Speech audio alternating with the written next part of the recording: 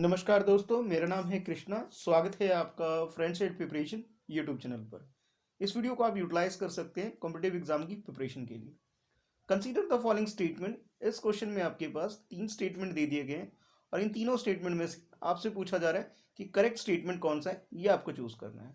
According to statement one, voting right for NRI were introduce in India soon after the economic liberalization in 1991 through an amendment to the Representation of Peoples Act 1950। 1950 में हमारी country में एक act आया था जिसका नाम है representation of peoples act. इसके अंदर चेंजेस करके अमेंड करके 1991 में, जो कि हमारी कंट्री में कह सकते हो एक इकोनॉमिक लिबरलाइजेशन का प्रोसेस था, उसके बाद ही वोटिंग राइट प्रोवाइड कर दिए गए थे एनआरआईज को। आपसे ये सारी बातें स्टेटमेंट वन में बोला जा रहा है। सेकेंड स्टेटमेंट बोला जा रहा है to extend the postal voting facility to NRI voter, the government does not require the parliamentary notes। यानी कि पार्लियामेंट की तरफ से कोई नोट या की आवश्यकता नहीं पड़ती है गवर्नमेंट को, अगर किसी भी एनआरआई वोटर को ये राइट प्रोवाइड करनी है postal voting facility. Postal voting facility एक तरह का ऐसी फैसिलिटी होती है कि जो लोग पोल बूथ पर नहीं पहुंच पाते हैं उनको एक एनवलप में अपना वोट दे करके इसे पहले ही प्रोवाइड कर देते हैं। जो सिक्योरिटी पर्सनल होते हैं या फिर वो सारे पर्सन जो कि इलेक्शन में ड्यूटी करते हैं, उन्हें ये फैसिलिटी प्रोवाइड की जाती है। अब ये फैसिलिटी एनआरआईज को भी प्रोवाइड की जाएगी, ऐसा आप समझ सकते हैं अकॉर्डिंग टू सेकंड स्टेटमेंट। और थर्ड स्टेटमेंट में बोला जा रहा है कि Kerala has the largest number of registered NRI voter. अगर हम केरला स्टेट की बात करें तो सबसे ज़्यादा जो एनआरआई रजिस्टर्ड है वोटिंग राइट को यूज़ करने के लिए, वो स्टेट आप कह सकते हैं केरला है। तो ये तीन स्टेटमेंट आपके सामने, आपको बताना है करेक्ट स्टेटमेंट क्या है। ऑप्शन ए के according first and second statement correct है, ऑप्शन बी के according second and third statement correct है, और ऑप्शन सी के according first and third statement correct है। अगर हम ऑप्शन डी की बात करें जिसमें आपसे बोला जा रहा है ओनली थर्ड स्टेटमेंट करेक्ट है, तो करेक्ट स्टेटमेंट आपके अकॉर्डिंग क्या है, क्वेश्चन को अटेम्प्ट कर लीजिए। अगर हम बात करें वोटिंग राइट्स ऑफ एनआरआई, यानी कि वो सारे लोग जो हमारी कंट्री से दूसरी कंट्री में जाते हैं जॉब या एजुकेशन किसी और पर्पज से, तो उन्हें भी अब वोटिंग राइट प्रोवाइड की जाएगी। इसको बात में ध्यान में रखते हुए आपके पास जो तीन स्टेटमेंट हैं उनमें से अगर फर्स्ट स्टेटमेंट की बात करें तो जिसमें ये बोला गया कि 1991 में जब इकोनॉमिक लिबरलाइजेशन प्रोसेस हुआ था, जस्ट आफ्टर दैट हमारी कंट्री में एनआरआई को वोटिंग राइट प्रोवाइड कर दिए गए थे। ये आपसे बोला जा रहा है फर्स्ट स्टेटमेंट, जो कि बिल्कुल गलत है। इसे 1991 में नहीं बल्कि 2011 में ये प्रोविजन हमारी कंट्री में लाया गया था। और जो 1950 का रिप्रेजेंटेशन ऑफ पीपल एक्ट है, इसके अंदर अमेंडमेंट करके ये राइट वोट कह सकते हो पोस्टल बैलेट फैसिलिटी आप कह सकते हो कि एनआरआईज को प्रोवाइड की गई। अच्छा, उसके बाद अगर हम सेकंड स्टेटमेंट की बात करें तो जिसमें आपसे ये बोला गया कि भी जो पार्लियामेंट है उसे किसी भी तरह से, गवर्नमेंट को किसी भी तरह से पार्लियामेंट की तरफ से किसी नोट की आवश्यकता नहीं होती है अगर वो वोटिंग राइट प्रोवाइड कर रही है एनआरआई को। ये बात बिल्कुल करेक्ट है। अगर हम थर्ड स्टेटमेंट की बात करें तो जिसमें आपसे बोला गया कि केरला, यानी कि ये जो स्टेट, इसकी लोकेशन आप देख सकते हैं बिल्कुल साउथ में हमारी कंट्री में केरला है, यहाँ से जो लोग बाहर जाते हैं एज ए एनआरआई, ठीक है, अगर उनकी बात करें तो सबसे ज़्यादा रजिस्टर्ड वोटर जो है एनआरआई वो केरला से। ये बात भी बिल्कुल करेक्ट है। तो यहाँ पे आप ये टॉप फाइव स्टेट दे सकते हैं जहाँ पे एनआरआई ने रजिस्टर्ड किया है एज ए वोटर। तो अगर हम अपनी कंट्री की बात करें टोटल ऐसे वोटर कौन है, तो 1.18 lakh as a registered voter है हमारी कंट्री में एज ए एनआरआई, और उसमें से 89,000 जो हैं वो केरला से ही बिलोंग करते हैं, जिस वजह से इस लिस्ट के अंदर केरला टॉप पर है। उसके बाद बाकी स्टेट आ जाता है जिसमें आंध्र प्रदेश सेकंड नंबर पे, थर्ड नंबर पे महाराष्ट्र, महाराष्ट्र के बाद कर्नाटका, कर्नाटका के बाद तमिलनाडु और फिर तेलंगाना। यानी कि ये कुछ स्टेट हैं जो कि एनआरआई वोटर जिन्होंने रजिस्टर्ड किया अपने आप को। तो second and third statement correct होने की वजह से हमारा करेक्ट आंसर ऑप्शन बी हो जाएगा। Consider the following statement regarding sessions of parliament in India. हमारी कंट्री में, इंडिया में पार्लियामेंट के जो सेशन होते हैं उसके रिगार्डिंग में आपके पास ये कुछ स्टेटमेंट हैं। ये फर्स्ट है, ये सेकंड है और ये थर्ड स्टेटमेंट है। इन तीनों स्टेटमेंट में से आपको आइडेंटिफाई करना है कि करेक्ट स्टेटमेंट कौन सा है। According to first statement, India does have the fixed parliamentary calendar and meet for the 3 session in a year. यानी कि हमारी कंट्री का एक फिक्स कैलेंडर है जिसमें पार्लियामेंट के अंदर जो काम वगैरह होते हैं उसके अकॉर्डिंग ही होता है। और ऐसा माना जाता है कि 3 सेशन है, आप लोग जानते ही हैं। 3 सेशन है, विंटर सेशन, विंटर के बाद बजट और बजट के बाद मानसून। यानी कि ये 3 सेशन हमारी कंट्री में जो कि पार्लियामेंट जिसके अकॉर्डिंग काम करती है। अच्छा, सेकंड स्टेटमेंट बोला जा रहा है usually the budget session has the longest period. अगर हम बजट सेशन की बात करें तो सबसे लॉन्गेस्ट पीरियड जो होता है वो बजट सेशन के अंदर होता है। अच्छा, उसके बाद अगर थर्ड स्टेटमेंट की बात करें जिसमें बोला जा रहा है the summoning of parliament is based on the provision of the government of India act 1935। 1935 में एक एक्ट पास हुआ था जिसका नाम है गवर्नमेंट ऑफ इंडिया एक्ट। इसके प्रोविजन के अकॉर्डिंग ही किसी को समन किया जाता है पार्लियामेंट के अंदर। तो तीन स्टेटमेंट है, आपने चूज करना है करेक्ट स्टेटमेंट। ऑप्शन ए के according first and second statement correct है, ऑप्शन बी के according first and third statement correct है, अगर हम ऑप्शन सी की बात करें तो सेकंड एंड थर्ड स्टेटमेंट बिल्कुल करेक्ट है, और ऑप्शन डी में आपसे बोला जा रहा है ओनली सेकंड स्टेटमेंट ही करेक्ट है। तो करेक्ट स्टेटमेंट क्या है, क्वेश्चन अटेम्प्ट कर लीजिए।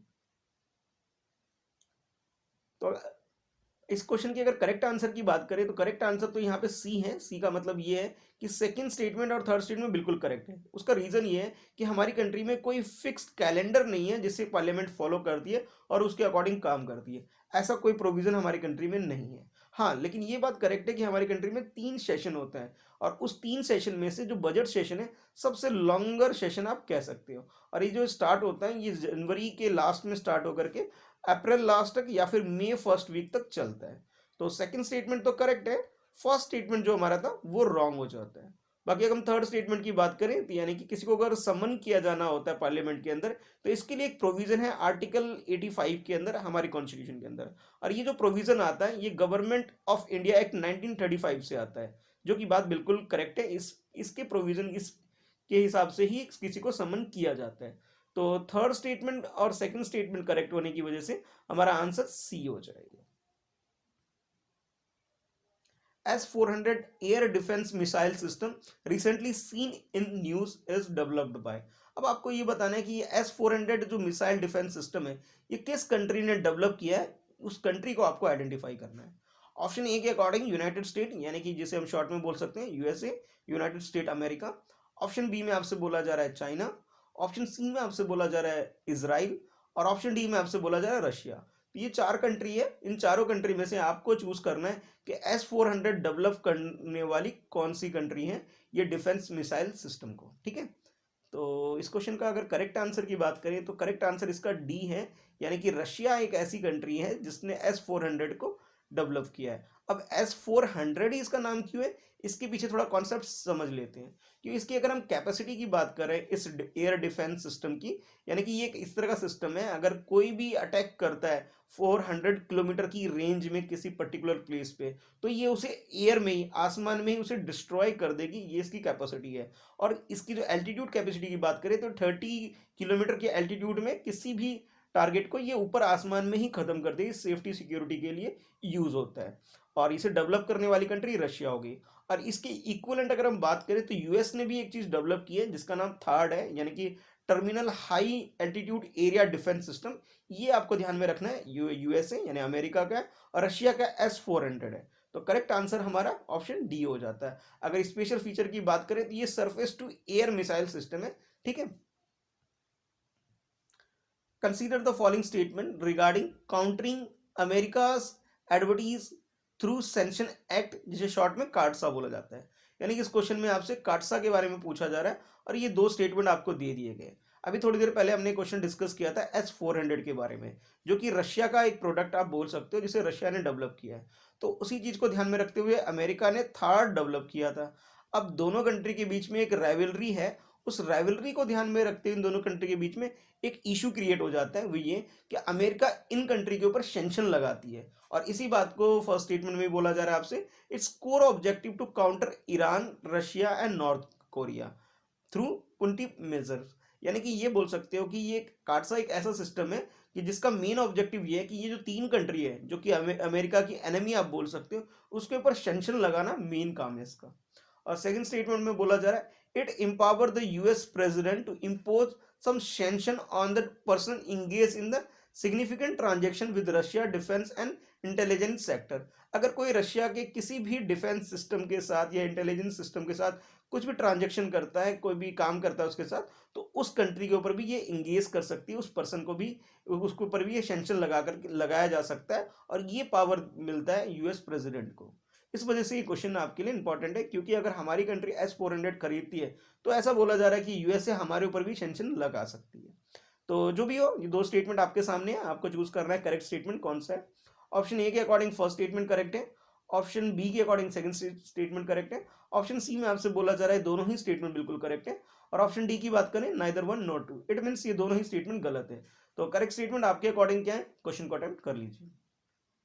तो इस क्वेश्चन के अगर करेक्ट आंसर की बात करें तो यहाँ पे दोनों ही स्टेटमेंट, फर्स्ट स्टेटमेंट भी करेक्ट है और सेकंड स्टेटमेंट भी करेक्ट है। वो इसलिए कि फर्स्ट स्टेटमेंट जिसमें बोला गया कि ये जो काटसा एक्ट है, जिसे शॉर्ट में बोला जा रहा है, फुल फॉर्म है इसकी countering America's adversaries through sanctions act. इस एक्ट के तहत ईरान, रशिया और नॉर्थ कोरिया के ऊपर एक तरह से सेंक्शन लगाया जा रहा है, उसके ऊपर एक मेजर लिया जा रहा है अमेरिका के द्वारा। और इसे जो पास किया गया था अगस्त 2 2017 में, इसे अमेरिका ने पास किया गया था। और इसके तहत अमेरिकन प्रेसिडेंट को एक पावर मिलती है कि कोई भी पर्सन अगर इंगेज होता है किसी भी ट्रांजेक्शन से रिलेटेड, जो कि रशिया के साथ किसी ऑयल ट्रांजेक्शन, गैस इंडस्ट्री से रिलेटेड, डिफेंस से रिलेटेड, या फिर सिक्योरिटी सेक्टर से रिलेटेड, या फिर कोई भी फाइनेंशियल इंस्टीट्यूशन के साथ अगर कोई भी कंट्री या पर्सन इंगेज होता है, तो अमेरिकन लोग जो है यानी कि अमेरिकन प्रेसिडेंट है उसके ऊपर भी सेंक्शन लगा सकती है। इस तरह से ये पावर मिलता है, और जो कि इसके एक्ट टाइटल सेकंड में ये चीज बात मेंशन है।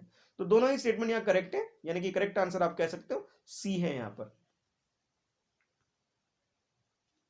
कार्बन पार्टनरशिप फैसिलिटी के रिगार्डिंग में क्वेश्चन आपसे पूछा जा रहा है। क्वेश्चन कुछ इस तरह से कि forest carbon partnership facility, short में से FCPF बोल सकते हैं आप, and foreign forest investment program FIP are initiative by, यानी कि ये दो जो चीजें हैं FCPF और इसके अलावा FIP, इन दोनों के बारे में आपको बताना है कि ये दो इनिशिएटिव यानी दो एक्शन प्लान किस कंट्री का है या फिर किस ऑर्गेनाइजेशन का, ये आपको बताना है।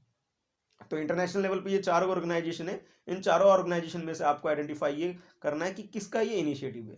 ऑप्शन ए के अकॉर्डिंग UN इन्वायरमेंट का इनिशिएटिव है, ऑप्शन बी के अकॉर्डिंग वर्ल्ड बैंक का इनिशिएटिव है ये, और ऑप्शन सी के according united nation development program, जिसे हम शॉर्ट में UNDP भी बोल देते हैं, उसका इनिशिएटिव है।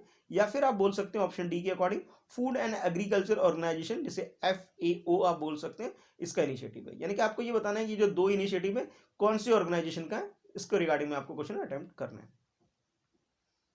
तो इस क्वेश्चन के अगर करेक्ट आंसर की बात करें तो ये दोनों ही इनिशिएटिव आप कह सकते हो वर्ल्ड बैंक का है। तो आप ये कह सकते हो जो करेक्ट आंसर हमारा हो जाएगा वो बी हो जाएगा। वो इसलिए क्योंकि इसे 2009 में वर्ल्ड बैंक ने एक इनिशिएटिव लिया था इंटरनेशनल लेवल पे, ये ध्यान में रखते हुए कि सस्टेनेबल फॉरेस्ट मैनेजमेंट और रीइंफोर्समेंट एक्टिविटी को प्रमोट करने के लिए ये इनिशिएटिव लिया गया है वर्ल्ड बैंक के द्वारा। इसका मेन ऑब्जेक्टिव या इनिशिएटिव का आप ये कह सकते हैं कि जितनी भी जो डेवलपिंग कंट्री है उन्हें एक तरह से असिस्टेंट प्रोवाइड करना है, असिस्ट करना है कि भी रिड्यूस कर सके वो इमिशन को, और डिफोरेस्टेशन और फॉरेस्ट डिग्रेडेशन, यानी कि जंगल में जो कमी आ रही है जंगल की संख्या में, उसको कम करना है। यानी कि आप ये कह सकते हो कि पेड़ ना काटे जाए, उनको बचा के रखना, और कार्बन इमिशन को जो बढ़ावा मिल रहा है आज के टाइम पे उसे भी डिक्रीज करना, रिड्यूस करना। कार्बन जो डिग्रेड मतलब इंक्रीज इमिशन इंक्रीज हो रहा है उसे रिड्यूस करना मेन टारगेट है, और ये इनिशिएटिव वर्ल्ड बैंक का है। तो आप कह सकते हो करेक्ट आंसर आपका ऑप्शन बी हो गया। आज आपके लिए क्वेश्चन ये है कि आपको ये बताना है कि जो चारों ऑर्गेनाइजेशन है, इन चारों ऑर्गेनाइजेशन के बारे में आपको जानना है कि भी ये चारों ऑर्गेनाइजेशन का हेडक्वार्टर कहाँ है, ये आपके लिए क्वेश्चन है। और साथ के साथ आपको ये भी बताना है कि भी इन चारों ऑर्गेनाइजेशन में हमारी कंट्री किस किस ऑर्गेनाइजेशन का मेंबर या पार्ट है, ये भी आपको बताना है। ठीक है, चलिए फिर मिलते हैं नेक्स्ट वीडियो में। आज की इस वीडियो में इतना ही। वीडियो पसंद आता है आपको, वीडियो लाइक ज़रूर करें और कमेंट करके अपना स्कोर बताइए, और साथ के साथ जो क्वेश्चन आपसे पूछें ये भी आप कमेंट बॉक्स में बता सकते हैं। कोई सजेशन है तो वो भी आप बता सकते हैं। आने वाली और वीडियो मिस ना हो आपसे, पहली बार वीडियो देख रहे हैं तो चैनल सब्सक्राइब करके बेल आइकन प्रेस कर दीजिए ताकि आपको लेटेस्ट अपडेट मिल सके।